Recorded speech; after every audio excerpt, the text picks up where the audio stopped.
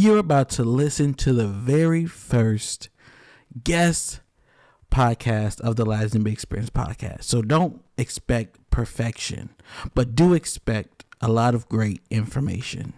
So stay tuned until after the music. You're about to listen to a great episode of the Lives and Big Experience podcast. Within this episode, my hope is that you obtain something that will help you find your success. So grab a pen, get your paper, your favorite snack or drink, and really listen to what I have to say. I truly believe it can be what you need to get you to your next level in life.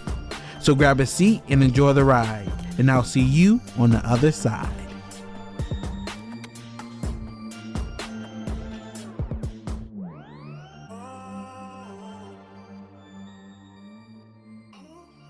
Welcome to another episode of the Lazenby Experience podcast. I'm super excited because this is actually the first podcast. I don't know what order I'm going to put these episodes in, but this is the first episode that I'm actually recording for season 3 of the Lazenby Experience podcast. But not only that, this is the first time where I'm going to be having a guest or be interviewing someone for my podcast, which I'm super excited about. I'm a little bit nervous, but I'm also more excited than nervous. So I'm just ready to get started. If you can tell by the title of this episode, he's going to be talking about disabilities in college and how to be successful in that area. I do want to have a small intro or let you guys know a little bit how me and my guests know each other. So I don't know how many years ago, but a few years ago, me and my guest, I guess I should introduce who he is. So his name, I'm pretty sure I'm going to put it in the title, but his name is Jimmie Martin. And he was my supervisor when I was a CA or community advisor, or some people call it RA, residential advisor, at Northern Illinois University. I think it was my second year that I did it. And it was a great experience. He was a great leader. We had a great team. I felt like we did a lot within our team. And then within the whole group, I guess we had I think it was 3, it was north, 3 staffs, east, and 3 staffs. So I think we did great as a staff. And then our individual staffs, we also did great with each other. So let's give it up for my guest, Jimmie Martin. How are you doing? Josh, thank you so much for having me. And I think you're selling yourself short because you were one of the absolute standouts that year, just because of, and I'm not trying to butter you up, but I am trying to butter you up. Your energy, my friend. You were the heart and soul of that staff that year, both on the Neptune North staff and within the Neptune complex. Like, your energy was infectious and was easily spread to everyone. Now, that connotation today, I guess, has a little bit of a different meaning than I mean it per se, but you were great. I enjoyed working with you then, and now I'm super excited to be interviewed on a podcast. Yeah, definitely. And I do want to say one other thing. So probably earlier this year, Jimmie actually reached out to me, and he was just telling me how he was listening to my podcast and how he enjoyed it, and how he would like to be a guest on the podcast if I ever had a guest, which I was actually thinking about having guests at that time. It's just I wasn't ready. So now that I have, I think, the proper equipment, I'm ready. I set everything up, and he's actually the first guest that I have, which I'm super excited to have for this episode. So without further ado, we can get started with I guess my first question, which is for you to tell us a little bit about yourself and why you are knowledgeable within the college experience or having disabilities while going to college. Sure. So a little bit about my journey, without going into too many details. I'm originally from Kentucky, Western Kentucky specifically. I grew up with a lot of learning challenges, leading to my senior year where I was in high school, where I was diagnosed with dyslexia, dyscalculia, test anxiety, probably generalized anxiety as well, but that wasn't part of that conversation. And I think there was at least one other kind of learning disability that I officially was diagnosed with. So heading into college, I was already put behind the eight ball just because I had so much to try and overcome. And I'm not saying that to be like, oh, well, I did it, you can too. No, that's not what I'm trying to say. Everyone's journey is different and it's specific to everyone. I just like to give that context as to why, the program I work for now, why it's so critical to me and to the development of students that are similar to what I had. Took that, graduated from Murray State. Shout out, go Racers! From my undergrad with an advertising and marketing degree. Went to Northern Illinois, got to work with Josh and a whole bunch of other awesome people. Got my master's degree in adult and higher education. So that kind of gives me the context and the framework to talk about working in higher ed. And worked several housing jobs along the way, and has led me to where I'm now, which I am the proud director of TRIO Student Support Services Disabilities, which is a specific SSS program for college students who have some kind of a documented disability. There's only about 20, 25 or so across the nation. We are one of 5 in the South, the only one in the state of Kentucky. So I'm very, very proud to be running this ship right in my own backyard, less than an hour from where I grew up. Can you give us what is SSS? What does that stand for?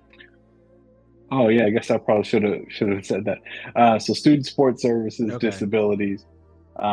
It's very similar to how a lot of universities will have an SSS or a Student Support Services, which is a very popular TRIO program across the country. I don't know if you've talked about TRIO in any of your other podcasts or not, but if you haven't, that's a great topic to dive into, and I can give you the full history.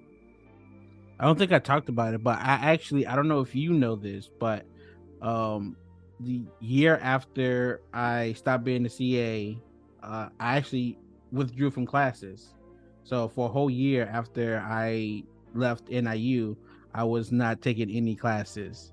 And then after that, I ended up going to I don't think I Kishwaukee knew College. that. I don't think a lot of people know. Well, I think I brung it up once or twice in other episodes, but I don't think I like just broadcasted anywhere. But after that, I ended up going to Kishwaukee College, which Jimmie will know is down the street from Northern Illinois University, and I was actually a part of the TRIO program there. 15 minutes, 20 minutes? Yeah, definitely. I mean, they have a bus that go there too, so it was like very easy to get there. Yeah, I went there. that's what I remember. It's so close. I went there and got my associate's degree.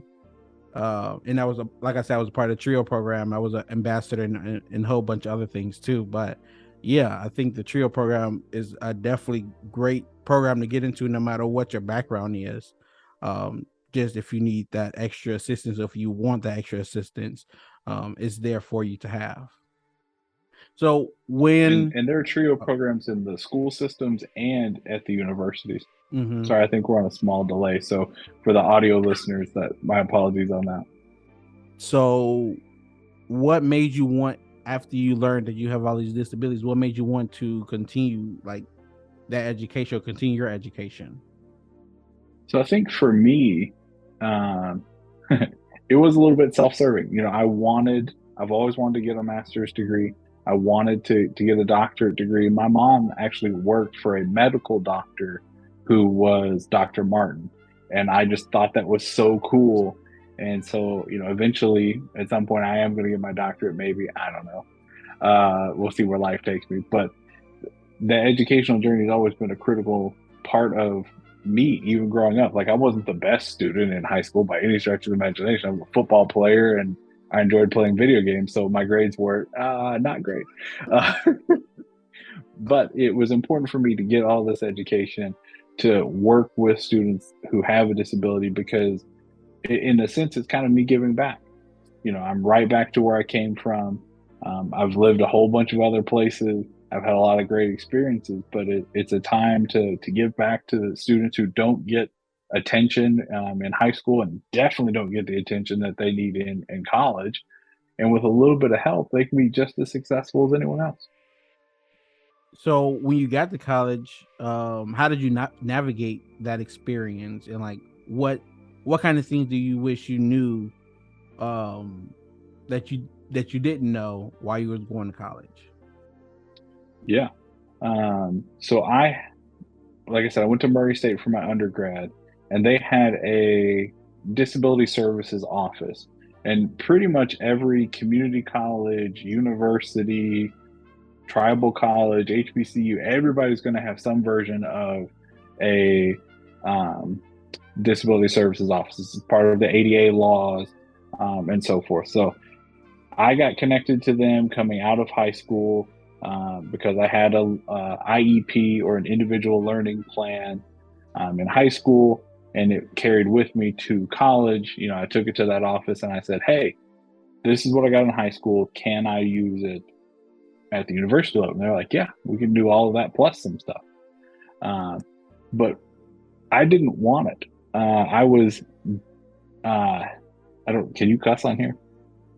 Um, I'm trying to I keep it as was clean as heck I possible. was heck bent. I was heck bent on um, trying to do things normally. Whatever in the world normal meant to 18-year-old me, it did not include getting additional support and additional Mhm. services from an office that, when you think about it, for a lot of people who have a disability, they get lumped in with people who have much more severe disabilities.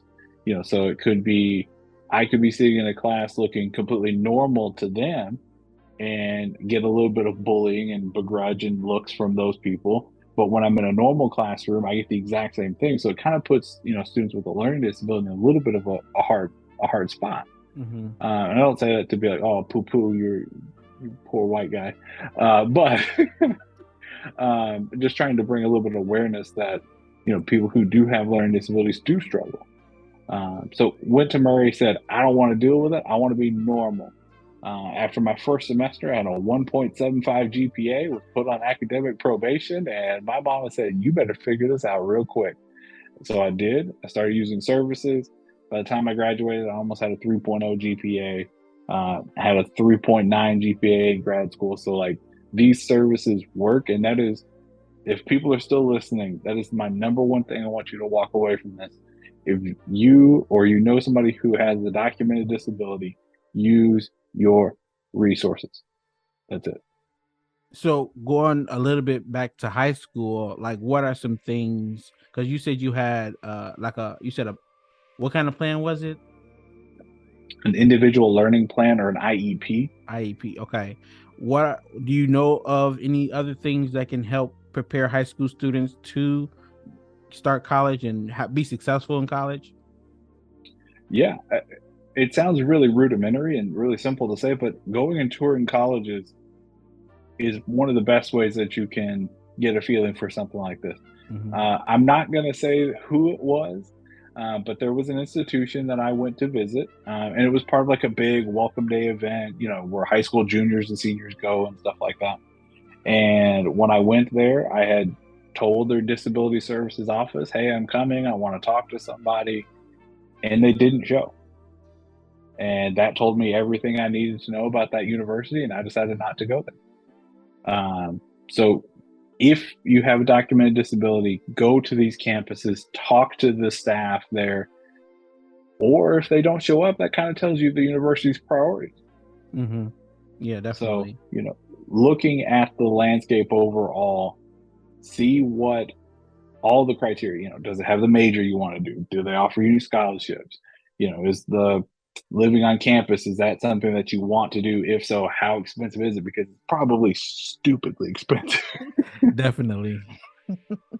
But you got to consider all of those things. But as far as the disability services offices go, you know if they show up and they make you feel welcome, that's a good place to go. If they don't show up, it's not going to get any better, and it's only going to be more difficult for you. Hmm. So after a student has found their campus that they want to be on, what kind of services should they be looking out for that the school offered to make sure they're being successful? Sure. So, any kind of disability services office, they're going to be the main folks to get you the accommodation. So anything from extended test time, note taker, um, if you have like a digestive issue and you need a certain kind of food to have in your room, they would work with university housing on that. So any accommodation that you may need. literally anything. Start with the Disability Services Office. From there, start looking at what other resources are available. Do they have a TRIO SSS program? That is a great resource for any first generation, limited income, documented disability student. If you don't fall into one of those categories, then start looking at like tutoring services. Start looking at what the libraries at the universities offer. Can you check out your textbooks from the library as opposed to having to pay for your books? Which, my God, why are textbooks so expensive? Especially if they they make new editions every couple years or so. And they literally just like change the pages up a little bit, like move a paragraph here and there. Yeah, So one of my crazy. staff members is going to get her PhD, and she had a fifth edition of a textbook, and she was just going to use that. And her professor was like, "No, you need the seventh." And it came down to the difference between the fifth and the seventh. So there's a sixth one in there that didn't change much as well. There was one paragraph that the professor wrote that was in the seventh that wasn't in the fifth, That's and crazy. that's why. True That story. is, yeah. So that's why I do a Google search for all my textbooks before I buy anything to get a PDF, find a free PDF of it and use that. Absolutely. So yeah, definitely this is for any student who's going to college. If you're trying to True. save money, definitely Google your textbooks and see if there's a PDF version, or ask other students, because I'm pretty sure other students will also probably already have a copy if they took that class. Like if you're a part of a student organization and it's like seniors and you're a freshman, you can definitely go to them and ask them what they use or what PDFs they have, because it can definitely save you a lot of money. And not to continue to bash on the book industry, but now what they're doing is almost all students will have all digital textbooks, and they'll be locked behind a security code, like that little key that you get in the back of the textbook, and it's only good for one-time use. Mm-hmm. So you may have the textbook, but if the quizzes and other videos or something like that that the professor uses, and you don't have access to them because that key's already been used, you're out of luck. You still got to Yeah. buy something anyways. Yeah. So I mean, I guess it works for some cases, but some cases you might have to end up buying a book. So I mean, you can still save some money, but maybe not every book. But so going back Right. to like the different services that schools should offer or they do offer, what would you say? I mean, I don't know if this ever happens, but it could possibly happen where a professor or a faculty member is not like being accommodating or following the ADA All the rule. time. What are some things that student or students, whether they have a disability or not, can do to make sure that those things are not happening? Well, first and foremost, with ADA, it is illegal for the professor to not go by what is on your accommodation letter. That is illegal. No two bones about it. Like, it is illegal. So if a professor is pushing back on that, the students need to go to their disability services office, get a meeting with one of the counselors or coordinators that work there, let them know, and then it is on the office to push back. And I hope this doesn't happen to anybody, but it's not uncommon, at least at my university, at Western Kentucky University, that some faculty members don't at first acknowledge the accommodations, and then either my office or our sister office, the Student Accessibility Resource Center that actually writes the documentation, we have to step in and be like, "Hey, look, I know you think you're above the law, but this right here," for the radio people, I'm pointing to my hand, "this right here says you've got to do that." So, I So, mean, what are there forms that the students will have to fill out, or is just like a document that they just bring with them to show that, like, from their doctor or something? that's a great question. So it kind of depends on your university. In general, as long as you have your medical documentation or your IEP, your individual learning plan, or what some schools call a 504 plan. I don't know what 504 means. I haven't done disability services work for that long. But if you have an IEP or 504 or a doctor's note that explicitly gives a diagnosis, That should be enough to take to the disability services office on your campus and then share with them. They can draw up the official paperwork. And then from there, the process really varies. Some schools will automatically send it on the student's behalf to all their faculty members. Some will give it to the student and say, hey, it's up to you to distribute it. And some, like mainly super small private schools, they just have like a database system with all the students' information, and there'll just be a little flag on them that says accommodations. Then it's on the professor to actually do the work and to make the accommodations from there. But again, that's mainly small liberal arts colleges that do stuff like that just because they have the infrastructure to stay small like that. But most of your community colleges or universities are going to be either it's on the student to get it to the faculty, or it's going to be on the office to get it to them. Okay, so now with students, you work with a lot of students with disabilities. What are some things that you're seeing that you see students with disabilities might suffer with the most with trying to be successful in college? And what are some ways you feel that they can overcome them, or what are some ways that you've seen those students overcome those obstacles? I mean, to answer the second question first here, it's all about using your resources. You've got to get to a point either in your academic life or in your personal life to where you accept, hey, this is what I need to be successful, whatever that means, whether it's accommodation or whatever it is. You've got to accept that. You can do it in high school, you can do it in college. Hopefully you do it at some point while you're in college, because if you try to do it after college, it's probably too late. But you've got to accept, personally who you are. Then you've got to find the resources that you need to be successful. And what was the first part of your question, Josh? What are some things students with disabilities suffer from the most when trying to be successful, a successful student? So that varies so much because, like, when we say disability, it can mean anything from, and I'm not trying to downplay this in any way, shape, form, or fashion, but common anxiety issues. Again, something that is very debilitating to a lot of people, but on the scale of kind of what we work with, relatively easy for us to work with you to develop plans to be successful. And then we work all the way up to people who have relatively severe, oh my God, autism. Sorry, I just lost the word. And so working with them, it can be a lot more intense. It's a lot more involved.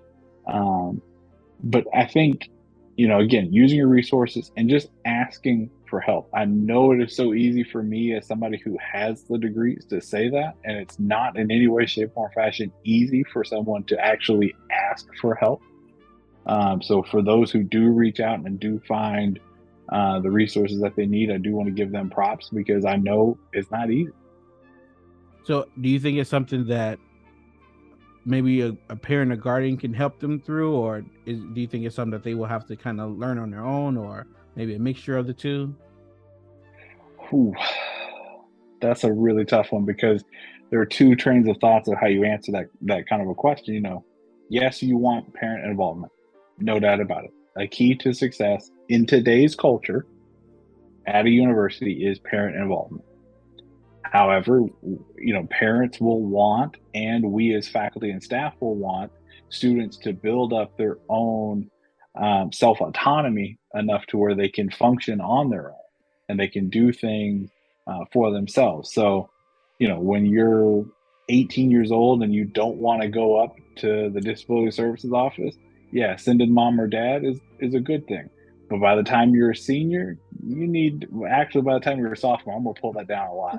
By the time you're a sophomore, you need to be able to go in there yourself and say, hey, kind of struggling with this and that. Can you help me?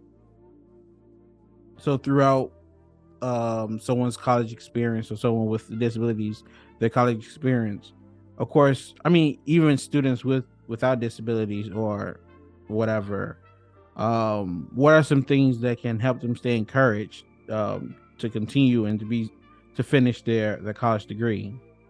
Yeah, I really like how you phrase that, staying encouraged. I mean, obviously, like student orgs, We have two student orgs within the two offices that I kind of work with a lot at Western Kentucky.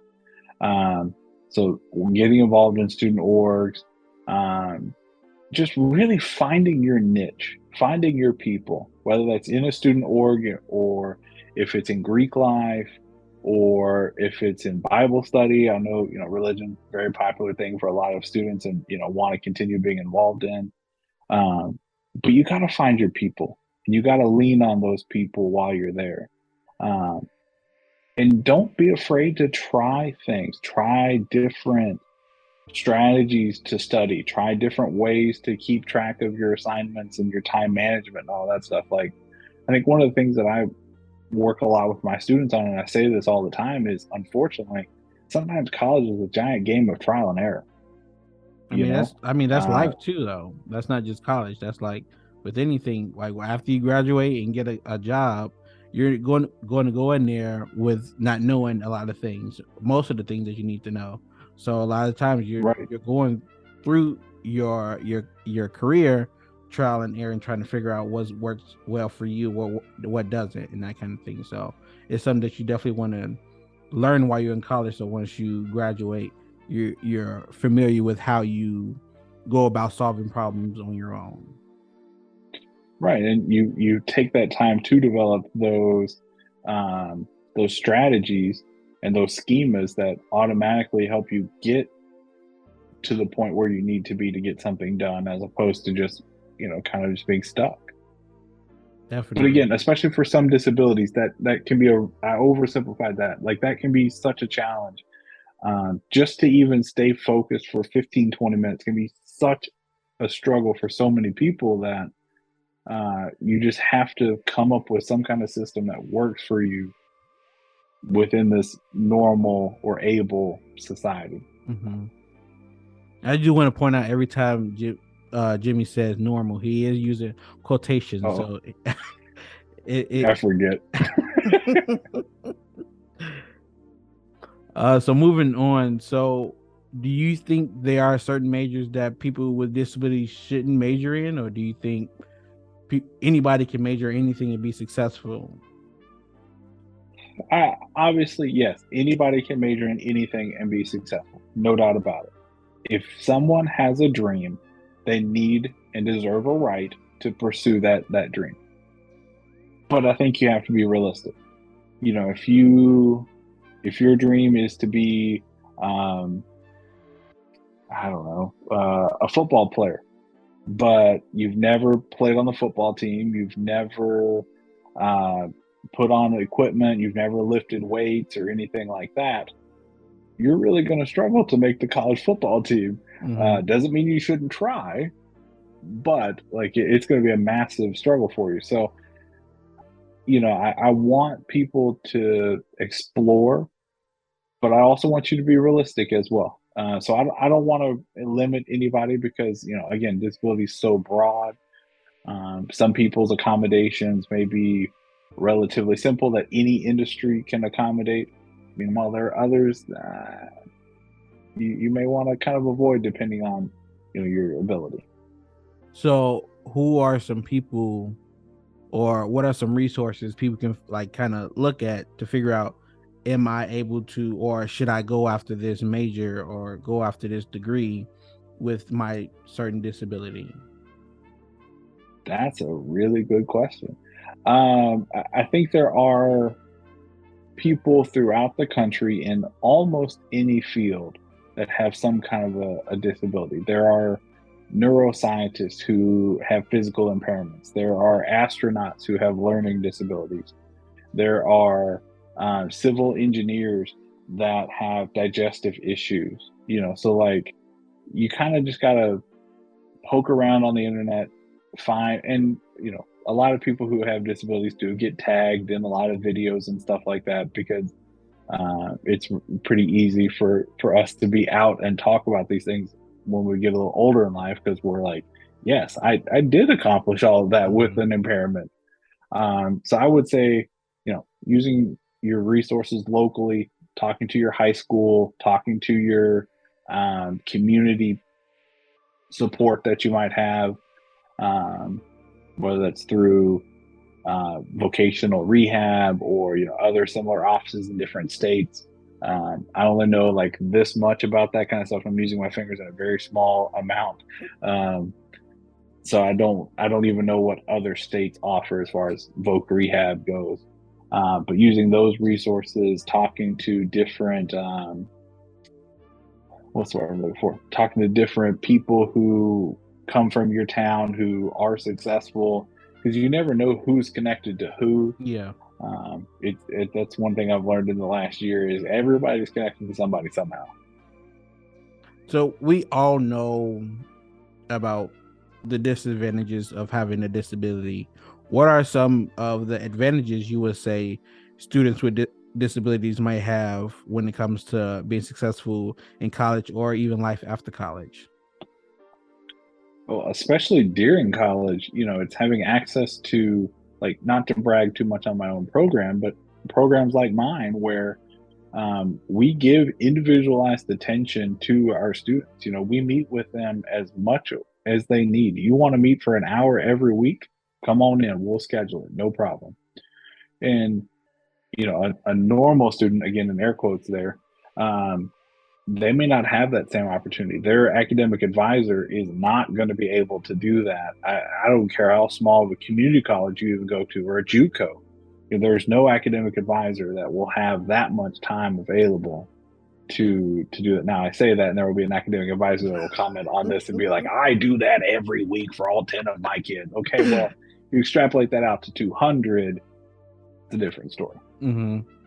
So I think looking at programs like the SSS, like the TRIO programs, looking at um, specific student orgs for people with disabilities. I think those are some great resources during college that more able-bodied folks don't have the same access to. And as far as post-college, that's kind of tricky, because you mentioned off the top that not only do people with a disability struggle in college, but it's something that's going to follow you afterwards as well. And for a lot of students with disabilities, their time in high school is very hand-holding. The high school staff just want to pull you through at whatever cost it's going to take. So when you get to college, you expect the same thing, and then when you get out of college, you expect that exact same thing as well. And sorry, but IBM and Google don't have time to do that for you. So it's one of those things where you have to find what works for you in college. That's kind of your time, that 5 to 6 years, 4 to 6 years, I should say. You've got to take the time to figure out what works for you so that when you do become a professional in your industry, you can rely on yourself a little bit more. One thing I do want to point out, at least for the companies that I've interned with, and even the company that I currently intern with, they have different, they call ERGs, or employee resource groups, and they're Mm-hmm. basically student organizations in the professional world where you can be a part of a Black student union or a Black group. You can be a part of a group for employees with disabilities. You can be a part of a group Yeah. with LGBT. You can be a part of all these different groups that can help you. Of course, it's not going to be like college where you have these people who are like dedicated to helping you be successful every step of the way, but they are there as much as they can be because they're also professional and trying to get their job done as well. But that is an extra resource you can use for any, I guess it's not just for students with disabilities or professionals with disabilities, it's also for any kind of group that would need that extra support because you might not see it on an everyday basis. Right.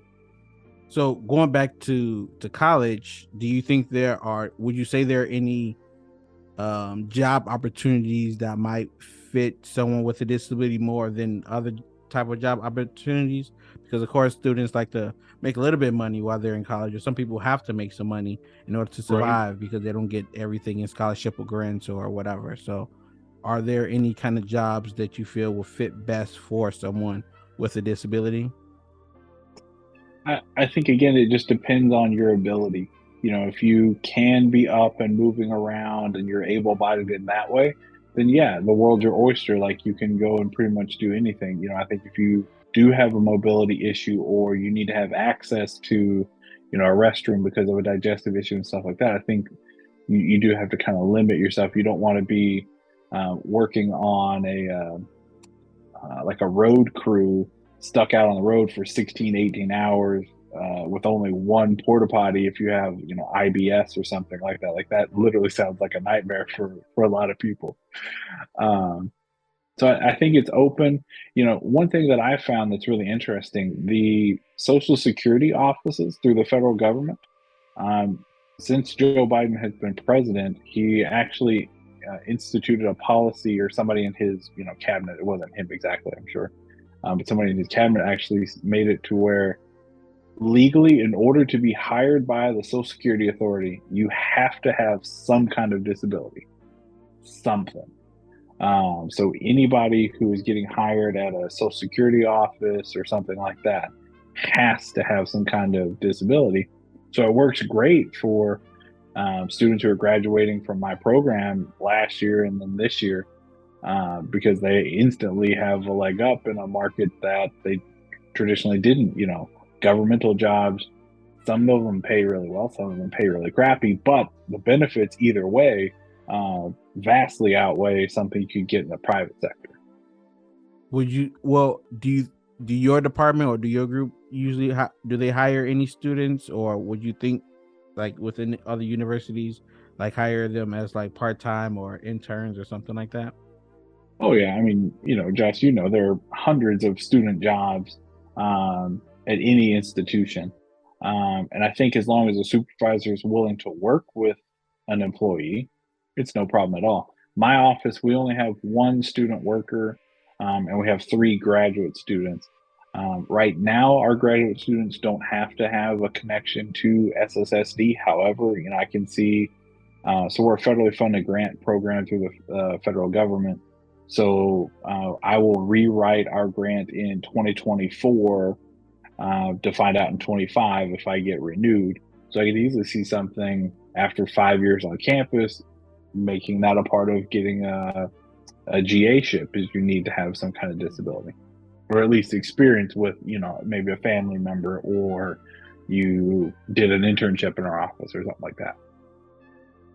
When it comes to students without disabilities, what are some things that they could do to help students with disabilities have a great experience of being in college and helping them be successful? Don't be a butthole.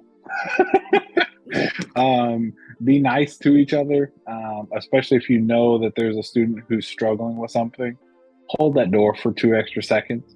It's not going to make that big a deal. Um, but outside of just being kind, um, realizing that there may be people in the classroom who are different from you. Sorry, I need to plug up my computer before it dies, because that would be awful in the middle of the podcast.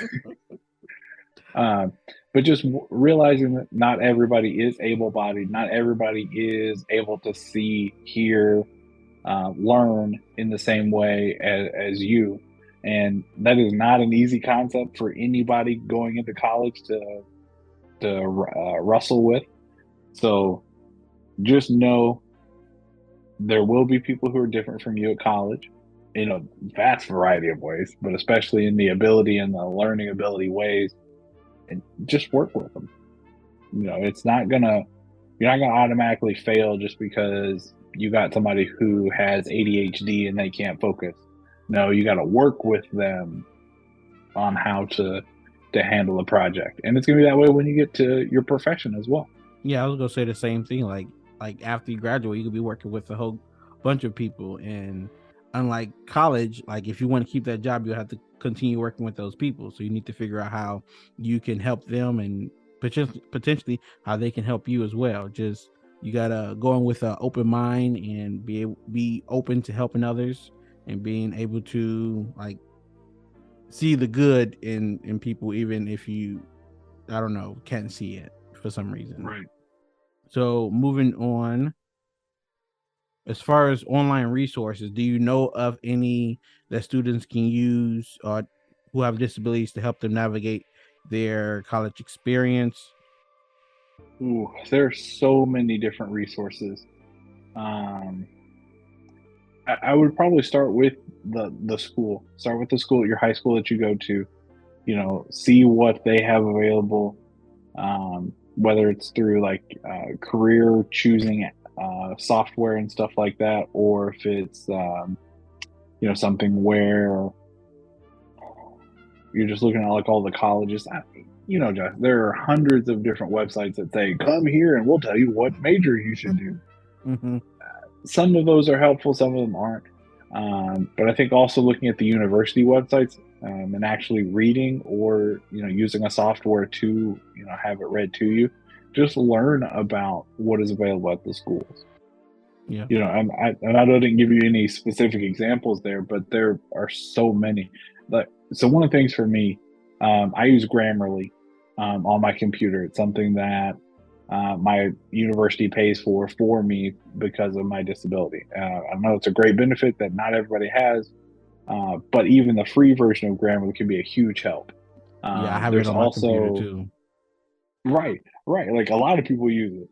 Um, what is There's a bunch of like free um, text to voice software. So Mm. if you have a PDF that your professor sends you, and you're the kind of person that learns auditorily as opposed to visually, or if you have visual impairment and you need to have it read, Mm-hmm. you can go to those kind of websites and it will read it to you. Um, there's that. There's a multitude of pens and stylus that you can get that you can just drag across a piece of paper or a textbook, and that it will read it to you either through out loud through the speaker on the device or through headphones, or something like that. And if you're in your university or college's library doing that, nobody's going to know the difference, especially if you got headphones in. They're just going to think you're listening to music and you're highlighting in the book. Definitely. So these last couple questions that I want to get through, and then we will be good for my first episode of season 3. So before we end, I do want to ask you, is there anything that we may have missed or you would like to bring up or add that we didn't talk about that can potentially help students with disabilities? I just think, and again, this is way easier said than done. Use your resources. Find what you need, find what works for you. You may not hit it the first time. And that can be a school too. You may go to a large institution, you may go to the University of Illinois at Urbana-Champaign and realize, it's too big. I don't have the resources that I need. So you transfer. Um, all of that is expensive. It's difficult to spend the time doing, and it's difficult to do the research to find what you need. But I promise you, it is absolutely worth the effort to do that, just because you're going to know exactly what you're walking into if you do that research. If you don't, you're going to find yourself in an even worse financial situation potentially, because you're spending money at a school that you're not getting help in, and you fail out. If you fail out of a school, fun fact, every institution in the country has to abide by this. If you completely fail out, like you go on probation one semester and the next semester you're academically dismissed, you have to sit out an entire year.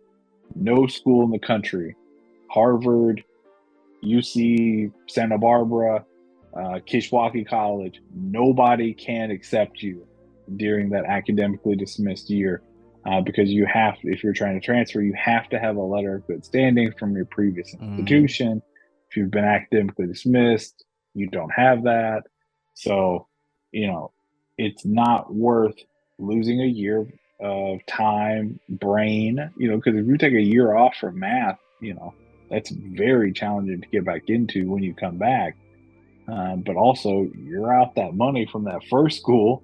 Now you're trying to get into another school, more application fees, et cetera, et cetera. It adds up. So it's worth the time to find what you need, hopefully the first time.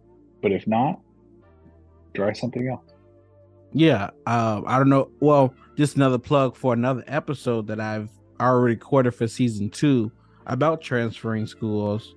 I don't know if I told Jimmy this either, but I actually transferred after I went to Kishwaukee. I transferred to a school in Indiana, IUPUI, Indiana University, Purdue University, Indianapolis, where I'm actually currently trying to work, or I'm working towards getting my bachelor's in electrical engineering still. Yeah. So I do have an episode if you're thinking about transferring for any reason, whether it's because the school wasn't good enough as far as helping you with your disability, or you just wasn't feeling like that was your home or away from home, or you just wanted to get somewhere else, or you want to try another major and that school doesn't have it, you can definitely transfer and I can help you with that. With I forget what episode that was, but just go back to season 2, you'll find it very easily. Absolutely. You probably said this already or talked about this already, but what is one or two things you want to make sure all students or everybody who's listening to this take away from this episode? And I think that just goes back to what I was just saying there. Use your resources, find what your institution has, because I mean, face it, we all have dreams. We all have that one school that if we get into, we get accepted, we're going. For people down in Kentucky, usually that's the University of Kentucky or the University of Louisville. They've grown up basketball fans of those two schools. So now when they're trying to go to college, that's where they want to go. If that's your dream and you want to go to those big schools, follow it, go for it. But you also need to know you need to find your resources once you get there. If your dream is to do it as cheap as possible and you want to go to your local community college and then, for 2 cheap years and then transfer, for your last 2 years somewhere else, do it that way. But you've got to find your resources. You have to find what works for you. So find the people, find the systems and the structures that work for you, and that will lead you to success. I definitely agree with that. I definitely do. And then my last question for you for this episode is, just do you have any like shout outs that you want to give out or anything you would like to plug? Maybe your school you go to, just talk a little bit about that as well if you want to. Sure. So first and foremost, I got to shout out to my mom pushing me and going through a lot of this when I was in high school and in undergrad and stuff like that. She was definitely the one that really pushed me and stuff like that. I know it's not what you're really asking for this part, but I do have to give her a shout out for that because without her support, I wouldn't have been as successful. So shout out to her. I do work at Western Kentucky University. As I said, I'm a project director of Student Support Services Disabilities, which is a federally funded TRIO program at WKU. We are, like I mentioned, one of 5 in all of the South, one of like 20-ish in the entire country. So we're a very specific student support services office. And we do everything for a student except for accommodations. We have an office that we're literally next door to that does that. We have a great symbiotic relationship at Western between the 2 offices. So if you're looking for an institution that is fixated on assisting students with disabilities, WKU is a great place for that.